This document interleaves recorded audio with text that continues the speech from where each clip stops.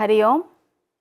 Today we are going to discuss classification of asanas from the lesson Asanas, Physical Education and Yoga.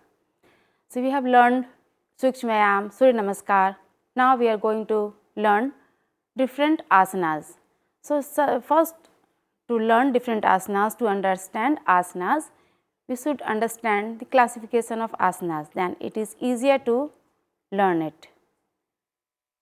So, first we have to understand the movements of the body. So, as we can move our body. So, first one is stretching, we can stretch the body. Second is side bending, it is called lateral stretching. The practices of the lateral stretching, these some asanas are different. Then twist the body, we can twist it. So, these movements we can do in standing mode also. So, these asanas are in standing asanas also. After twisting, we can move our body in forward, in backward, then inverted.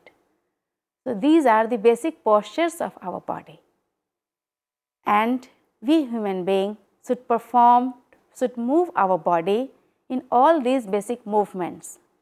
Otherwise, our body is getting stiff, there should be no proper movements, no optimization of our muscles, our internal organs. So, by our asanas, we are getting internal massage, and this is good not only for our muscles, our joints, ligaments, but for our internal organs, for our lungs, for intestines also. So, one should perform few asanas in day-to-day basis, or we can practice 3 or 4 days in a week, but it is recommended to do all the movements, then we will get proper benefits, the proper balanced program of the yoga asanas. So, by the different movements, by this stretching, we can not only stretch our body, we can not only stretch our muscles, but we can stretch our mental faculties, our endurance, our emotional level also. So, by the practice of asanas, we will get a complete balanced personality, we can improve our creativity, we can explore ourselves. So, let us first describe how to classify asanas. So, first group of asanas is very common, which is the meditative asanas. As we know, the practice in the meditation, we need to sit comfortably for a long period of time. So, there is some asana, this is called Padmasana, Swastikasana, Sukhasana, Siddhasana. These practices are meditative asanas. After that, standing asanas. In this, we can do stretching, then we can do side bending. So, this asanas like Triyakasana, Trikonasana are the side bending of asanas. Stretching asanas are Tadasanas. After that, forward bending. Forward bending, as name indicates, we are going to move forward, and in this series there are so many classical asanas also. In forward bending asanas, very common is Paschimottanasana. We have done in Surya Namaskar, this is Padhasthasana, this is a forward bending asanas.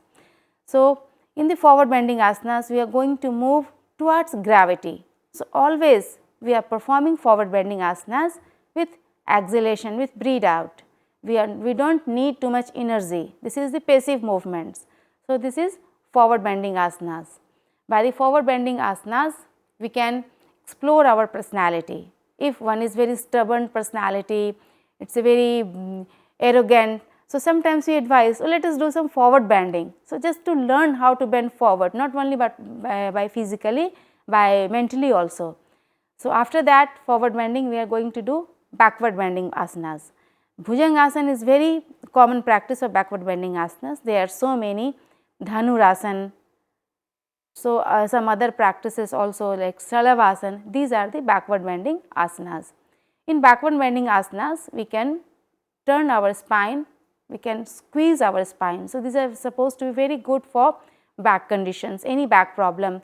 So, just to make your spine, your back healthy, we need to do backward bending asana, especially in the problem of sciatica, in slip disc. So, we need to do backward bending asanas. So, in the backward bending asanas, we are going to move against gravity. So, that is why we are going to do with inhalation.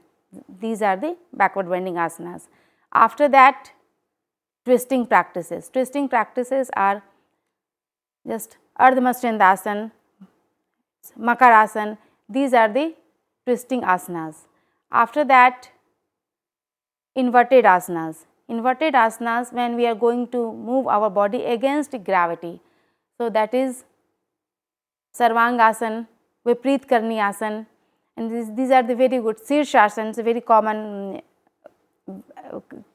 opposite asanas, it is inverted asanas. So, inverted asanas we require to do because in this asanas our all these internal organs are getting relaxed. We are all the time standing, sitting or lying down. So, there is a pressure, a gravitational pull within our internal organs. When we are going to do inverted asanas, all that gravitational pull can be released and our all the internal organs can be released in inverted asanas. After that, balancing asanas, santulan. So, these balancing asanas is very good for our balanced personality, for our concentration, memory. So, let us do balancing asanas. So, there are so many balancing asanas. The common one is Vrikshasana, Ekpad Pranamasana, Natarajasana, Bakasana, so many balancing asanas. So, Lord Shiva pose also very common balancing practice. So, as name indicates, balancing asanas not only balances our body, but it balances our personality also. So, let us know the key points of the balancing asanas we are going together to perform. So, first of all, you have to gaze constantly at a fixed point throughout the practice, otherwise you can't balance. Then be aware about your body weight. First be aware that it should be distributed both the feet equally.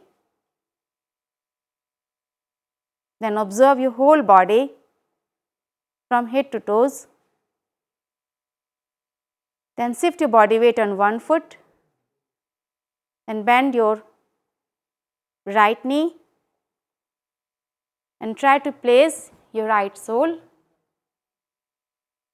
against your inner thigh, left inner thigh. Remain concentrate at a fixed point, hands in prayer pose. Then stretch your hands above your head. This is the funnel pose. Remain balanced, gaze constantly at a fixed point. Now, just to release, first make your hands down in prayer pose. Movement should be controlled. Hold your feet, place it on the floor, be straight. In the same manner, you have to do by the left leg. So, this is the balancing asanas, Ekpad Pranamasana or Vrikshasana. So, that is all about the balancing asanas. Now, one very important component, very important group of asanas, that is relaxing asanas. So, Shavasana is very important. After few asanas, we need to relax. So, there are some postures also for the relaxation asanas. Among them, Shavasana is very common. Then one is Advasana, Makarasana and Matskirasana. These are the relaxation asanas. One can stay in these asanas for a period of time. One can relax it and enjoy it. So, let us do asana, enjoy it, try to do practice. That is it.